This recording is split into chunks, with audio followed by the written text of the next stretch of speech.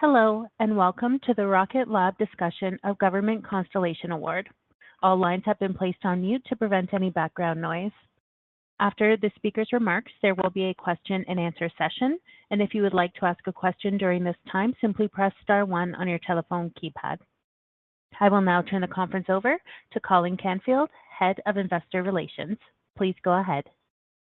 Thank you. Hello, everyone. We're glad to have you join us for today's conference call. Before we begin the call, I'd like to remind you that our remarks may contain forward-looking statements that relate to the future performance of the company, and these statements are intended to qualify for the safe harbor protection from liability established by the Private Securities Litigation Reform Act. Any such statements are not guarantees of future performance, and factors that could influence our results are highlighted in today's press release, and others are contained in our filings with the Securities and Exchange Commission. Such statements are based upon information available to the company at the date hereof and are subject to change or future developments. Except as required by law, the company does not undertake any obligations to update these statements.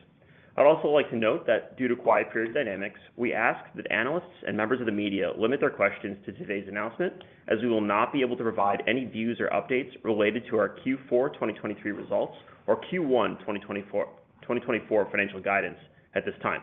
This call is also being webcast with a supporting presentation and a replay and copy of the presentation available on our website. And I'll turn the call over to our Chief Executive Officer, Peter Beck.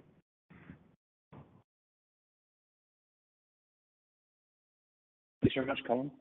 So I'm very pleased to confirm that we've been selected by the Space Development Agency to be the prime contractor to develop and operate 18 spacecraft in support of SDA's Tranche 2 transport layer. At over $500 million in contract value, the award is our largest contract in the company's history. It affirms our vertical integration strategy across space systems and establishes Rocket Lab's position as a leading satellite prime contractor, providing supply chain diversity to the Department of Defense and commercial constellations alike. Turning to the award specifics, the contract comprises a $489 million base plus $26 million of incentives and options. The bulk of the work is expected to be carried out through the next 3 years, with the satellites due to launch in 2027. Rocket Lab will then handle operations of the constellation on orbit through to 2030, with potential operations work carrying us through to 2033. As prime contractor, Rocket Lab will lead the design, development, production, test, and operations of the satellites, including procurement and integration of the payload subsystems. In a demonstration of a vertical integration strategy at work, all 18 spacecraft will feature subsystems and components built in-house by Rocket Lab, including solar panels, structures, star trackers, reaction wheels, radios, flight software, avionics, and launch dispensers. The constellation will be built at our Advanced Spacecraft Development and Manufacturing Complex in Long Beach, California. With the addition of the T2 beta contract, we now have more than 40 spacecraft in backlog. We view the T2 beta as a foundational win for Rocket Lab for several reasons. One, it confirms Rocket Lab's ability to capture high-quality, high-value work thanks to our previous investments in the space systems business, both organic and inorganic. Two, it significantly de-risks the growth and earnings outlook of our space systems businesses, as well as the overall company. And three, the work scope confirms Rocket Lab's role as a disruptive, commercially developed new government prime. We will look forward to cement our position as a prime with this win and ongoing new opportunities. The Rocket Lab solves hard problems, and shedding a little bit more color on the mission itself, SDA's beta constellation will serve as the backbone for the joint all-domain command and control infrastructure, providing low-latency data transport, encryption, and connectivity for a range of government mission sets, including beyond line-of-sight targeting, missile warning, and missile tracking, and advanced missile threats. These are the type of missions that Rocket Lab is extremely good at, developing reliable technology that customers know they can rely on to deliver mission success for the nation. From leading humanity's push back to the moon with the Capstone mission for NASA, to powering James Webb Telescope, to designing and delivering fast and affordable hypersonic launch capabilities, right through to building Globalstar's communication constellation, Rocket Lab's launch and spacecraft solutions are key enablers for the global space market.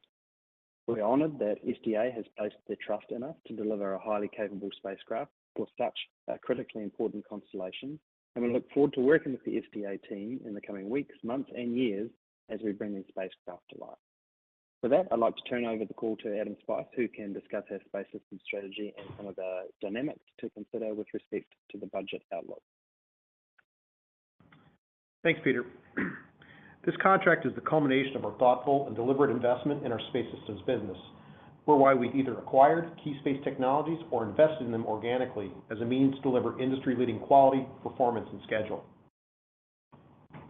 In terms of these 18 satellites specifically, our constellation award includes all of the subcomponents we've previously acquired or developed internally, including solar, star trackers, reaction wheels, radios, launch dispensers, and other critical technologies. We view this as a fundamental proof point of our investment strategy, as well as the government's pivot to commercially develop space programs that are able to deliver best value for the customer and for taxpayers. Now, turning to some of the related budget dynamics to consider, we view not just this award, but SDA's program portfolio as a whole as a generational growth opportunity for Rocket Lab. As you can see from U.S. government budget forecasts that can be found in the Space Force's program acquisition materials, it's clear that government budgets cannot just grow quickly with billions of dollars of opportunities, but that the outlook is increasing year on year as U.S. government continues to pivot to commercially developed satellite architectures.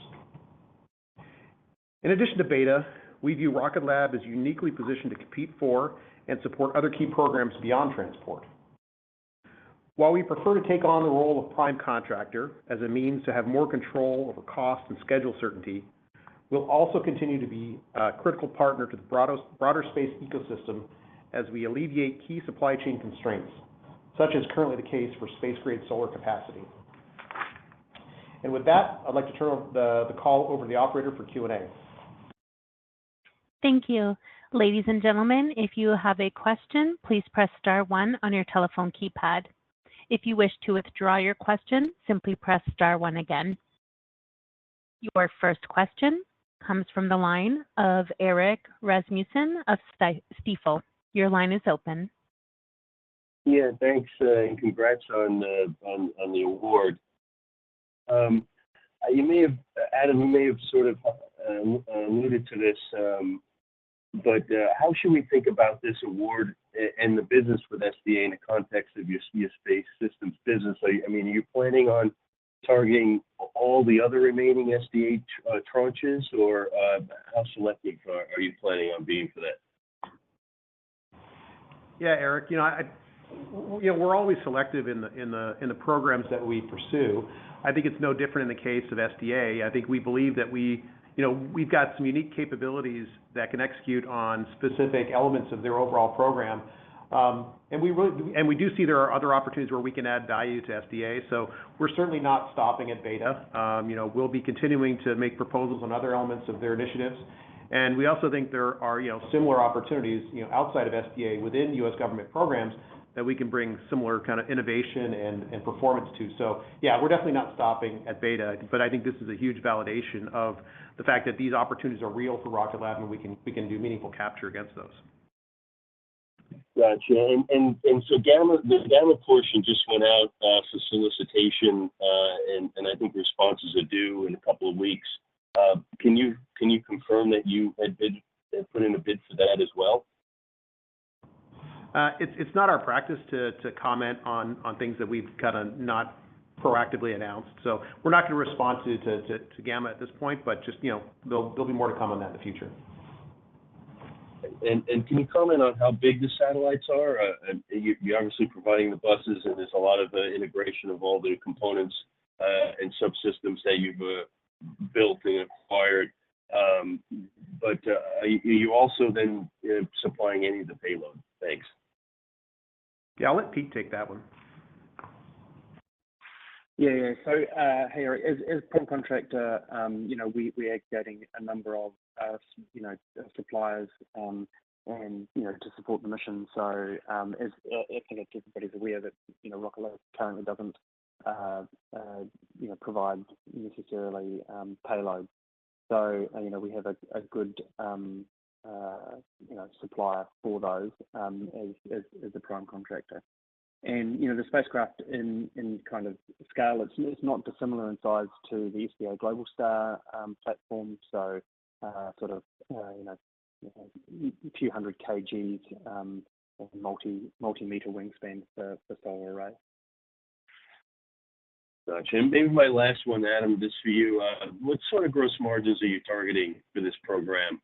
And then maybe as it relates to future business with SDA, what are the thresholds you need to preserve your internal targets? Yeah, so we've set out what our longer-term non-GAAP gross margin targets are for launch and for space systems, and I would say that this contract kind of fits within the overall modeling that we've done. I mean, if you look at across our portfolio of space systems offerings, we've got some materially, I would say, higher gross margin parts of our business, which are more, I would say, related to the merchant components that we sell into the market. Again, those usually come at pretty attractive gross margins. And then when we go to these larger total platform solution sales, we typically kind of model a lower gross margin profile than the merchant component sales, but overall they come to a kind of that blended gross margin target that we've long talked about, which is north of 40 points. But again, I think on the overall model for space systems doesn't get changed by this. It's actually supportive of this. Again, I think, but the overall gross margin is going to be highly dependent upon the mix of merchant component sales versus these more strategic large platform opportunities, which do come at a lower gross margin. Great, thanks. Congrats. Thank you. Your next question comes from the line of Suji DeSilva with Roth MKM. Your line is open. Hi, Peter. Hi, Adam. Congratulations on the win here. Maybe first on the revenue, the 489 for the deal size. How is that going to flow through, Adam? Is that leaning toward when the satellites are delivered, or is it relatively even throughout the 3-year lifespan of the work? I wouldn't say it's even, but it will be recognized over the life of the work. So it's basically going to be modeled on and recognized on a kind of cost of completion. So yes, there are milestones. Milestones, for the most part, drive kind of cash collection and invoicing. Revenue recognition is driven by the amount of effort expended towards completing the program. So it'll be more linear, we suspect, than what we've experienced to date on the Globalstar MDA contract, but not entirely dissimilar. And this contract, like almost any other program like it, is more back-end loaded. So again, more linear than the Globalstar MDA, but still back-end loaded. We do expect some revenue recognition from the program in 2024, but we'll speak more to that, likely on our upcoming Q4 results call in February. Okay. And then the other question I have is on the capacity for satellite manufacturing. I'm just thinking you have 2 programs now, more in the pipeline potentially.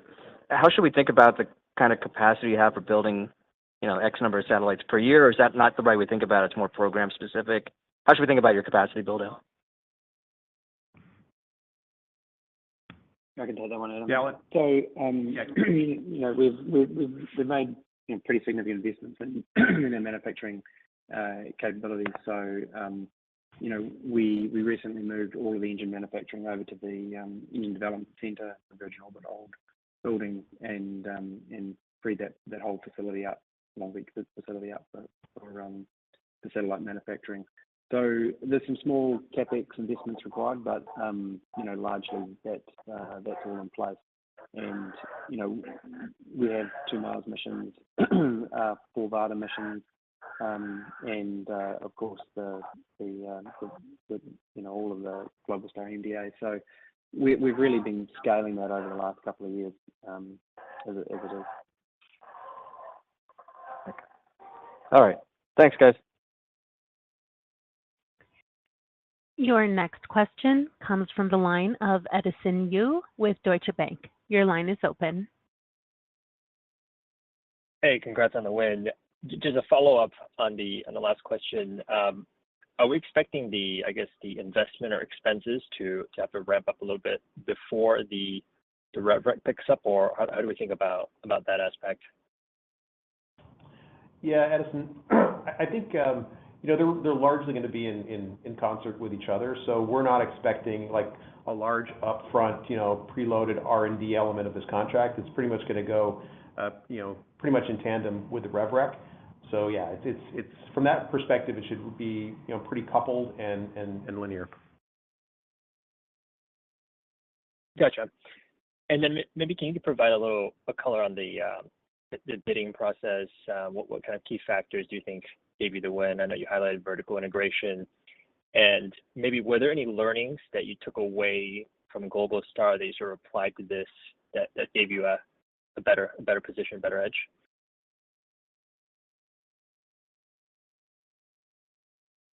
Yeah, I can take a crack at that one, Adam. So I think there's a couple of key kind of themes there. One is supply chain diversity. SDA and the US government in general is looking for more and more supply chain diversity, especially in non-traditional commercial providers. Our execution history, of course, the type of spacecraft that we build are not trivial, simple spacecraft. All of it, if you look across all of the spacecraft we build, whether it's going to Mars or the global state NDA work, they're all very, very difficult spacecraft. So that's where we kind of excel. And then our ability to partner with really discriminating payloads and bring payload partners along that provide solutions that at the end of the day, that's where the rubber hits the road. Great. Thank you. Your next question comes from the line of Jason Gursky with Citi. Your line is open. Hey, good afternoon, guys. Hey, just really quickly, can you talk a little bit about the scope of development that will need to be done on this relative to the overall program? And then maybe comment a little bit about where that development work has to happen. Is it software, hardware? Kind of just describe the scope of the problem that you're all going to be solving as you go through this work.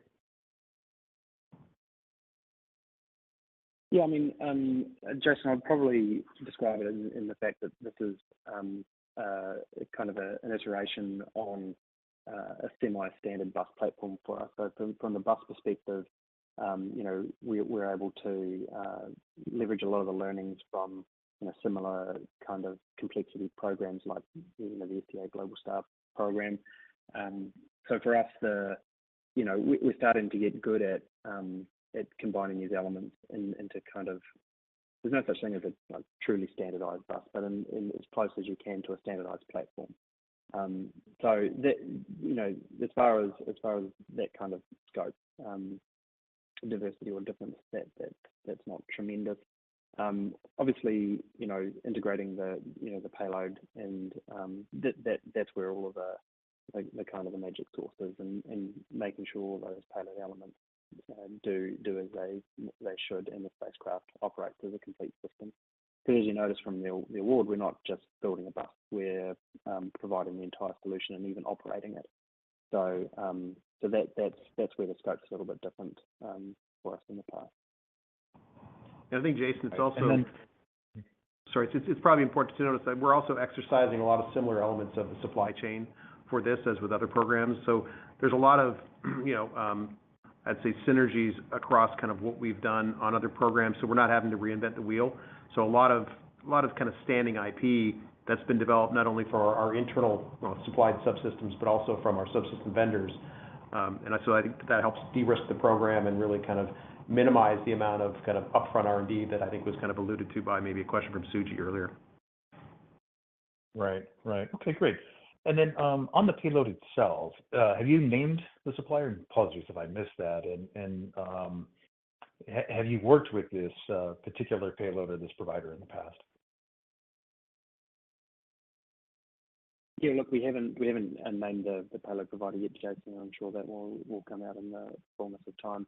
And I think that is one of the key fundamental elements of being a good prime, is building those good relationships with those payload providers. So that, I guess, out of all of this program, that's the thing that I think is probably significant and important here, is Rocket Lab has moved into a prime position rather than, typically more typically at least a bus provider or or elements of the spacecraft. This is Rocket Lab from beginning, very beginning to the very last bit of data that comes down from the spacecraft in many years' time. Right. Okay, great. That's helpful. And then maybe Adam, last one from you since you brought it up, but or maybe it was in response to a question, but the pipeline. You just talk a little bit more about maybe the size of the backlog that the pipeline that you're all chasing, and you emphasized in your prepared remarks a little bit more emphasis on government work, and we all look at the same budgets that you do, and it's pretty clear the SDA budgets are going up and to the right. So maybe what is that? What is addressable to you all, I guess, in those government budgets that you're talking about? So how big's the pipeline there? And then on the commercial side, maybe just kind of give us an update on what you're seeing in the commercial market, and are there opportunities there as well in addition to the government work? And I'll drop the line. Thank you. Yeah, Jason. So as far as the pipeline, we normally don't talk too much about kind of size of pipeline, because that we kind of leave that to folks that haven't quite established the ability to kind of close on programs, or just speak to size of opportunities. So I would say that it is fair to say that we have proposals out on sizable programs that span the different agencies within the U.S. government, and also some commercial opportunities as well. So our pipeline is large. We're chasing even larger opportunities than are represented by this specific contract. So I think as far as what's actionable, as we're kind of within that overall U.S. government budget, I would say it just got a lot larger, right? So I think this was our first time that we could close on as a prime, as Pete mentioned, and so I think at this point we believe that we're able to address the most complex, largest contracts that are available for bid. I think this firmly puts us in the same peer group as much larger, more established government primes, and again, just highlights that the government believes we have the capabilities to execute on these very strategic programs. And on the commercial side, we are absolutely going after similarly sized, in some cases larger opportunities to be prime for very complex missions. I would say that the government programs are a little bit easier to, I would say nothing's easy to predict, but kind of have a little bit more confidence in, because all these commercial programs, for the most part, there's kind of financing risk involved with those. So I think that one of the reasons why we focused a lot on landing this particular SDA program and other government programs is, even though there's never 100% budget certainty, even within those U.S. government programs, there's a lot more certainty. And we really want to focus on building a high-quality backlog and pipeline that basically isn't subject to the financing volatilities that have been experienced in this market over the last couple of years. So we do have a diversity of opportunities we're chasing. They're large in scale, and I think this is just kind of a validation of kind of the types of things that we can go pursue and actually close on. That's great. Thank you, guys. Your next question comes from the line of Garrett Rame with Aviation Week. Your line is open. Hi, yes, this is Garrett with Aviation Week. I just wanted some clarification. This satellite bus, perhaps you said it, but excuse me, this is the same one as the Globalstar satellite bus? And what's the satellite bus's name? I mean, trying to get some understanding of what product this is. Yeah, hey Garrett. It's a derivative of the Globalstar bus. It's not the same. It's a derivative of, and I think your confusion is with our naming scheme is well understood, and I think we'll be able to resolve some of that shortly.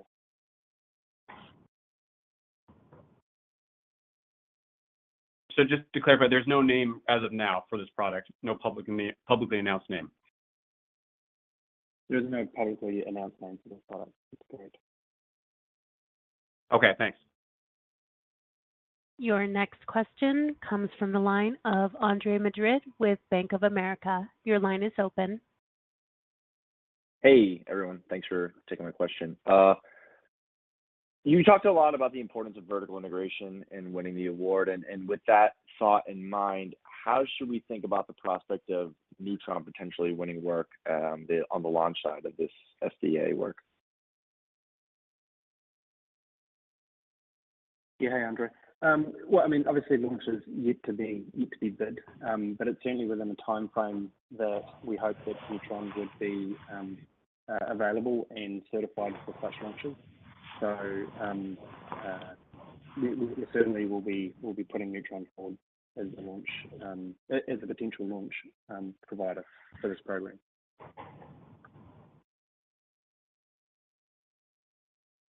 Gotcha. I'll leave it to one. I think everyone took care of everything else, so thanks, guys. Thank you.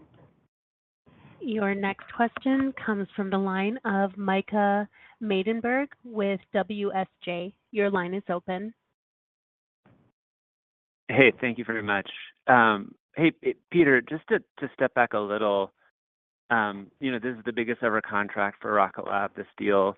It's in space systems. You've already got a bigger backlog as of, the third quarter than launch there. Could you just explain a little bit, having landed this, how you're thinking about balancing the space systems business with launch, just given the work ahead for SDA and, the other space systems opportunities you guys have talked about on the call? Thanks. Yeah, no, thanks, Michael. That's a great question. So, I mean, the two kind of elements of the business run relatively independent to each other, although we do have some fungibility of resources that will kind of push and pull across different programs. But, space systems is almost, it like I say, it runs as a different people, different facilities in general. So not really, affecting, for example, the Neutron development program, and the different facilities as well. But I think your question is actually important on a couple of other factors. We always said that the goal here is to ultimately provide, services from space, and you need, in order to do that, you need launch, you need to be able to build spacecraft at scale, and you need to be able to deploy and operate those. And I think this win is it's great for a number of reasons, but one, I think it really proves the model as well. Not only does it prove the vertical integration model, it proves that if you have all these supply chain elements internally, you can have supply chain certainty and diversity. But it also proves that ultimately, if you can build spacecraft at scale, complex spacecraft at scale, and you have your own launch vehicle, then you can play in a much bigger pie. And the fact that we're not just building the spacecraft, but we're going to be operating them, kind of further goes to what we've been saying all along, which is ultimately we're going to provide service infrastructure from orbit. And this is just, the next methodical step along that journey. But just one quick follow-up, Peter. I mean, do you think having Neutron in development helped you win this contract? I know you're going to put it forward, as you said a moment ago, because that's not part of this deal right now. No. Neutron. No, I don't. No, I don't think that had a meaningful element to this contract win. I mean, we're evaluated on the spacecraft elements, not launch elements. Mm-hmm. Okay. Thanks a lot. Once again, ladies and gentlemen, if you have a question, it is star one on your telephone keypad. Your next question comes from the line of Aria Alamalhode with TechCrunch. Your line is open. Hi, congratulations on this contract.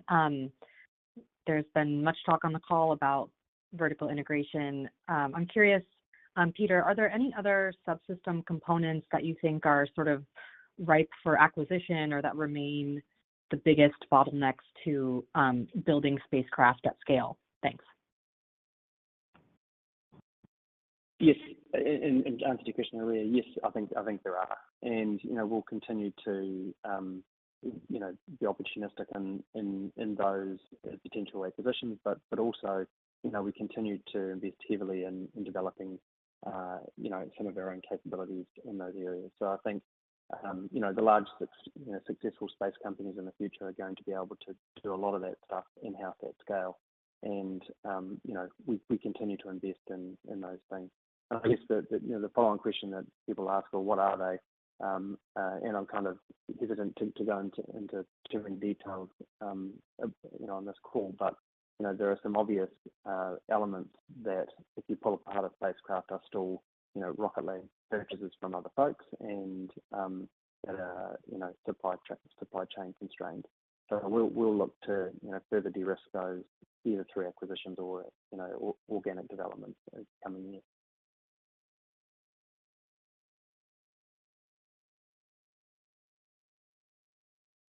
And your next question is a follow-up from Andre Madrid of Bank of America. Your line is open. Hey, yes, one follow-up, if I may. If you look at the contract value per sat relative to the other awardees for Tranche 2, it looks like it's actually higher on a per sat basis. Is there something unique to the platform or to what you're offering that's driving that discrepancy? I think I did the math, and it's about like 28 mil per sat for you guys versus the others, which are probably high teens, low 20s. Yeah, Andrew, I mean, the kind of way to think about this is what the best value for the government. It's a very complex payload in the spacecraft, and of course you have some economies at scale. We're talking, not dozens and dozens of satellites. So there is some economies of scale that kick in when you sort of get a 25 plus spacecraft. So down at the number that we're building, you lose some economies of scale. But I would say it's a cross between that and also, is a deeply capable spacecraft. I think, Andre, it also, I think each bidder and each person that goes after this has different things they bring to the table.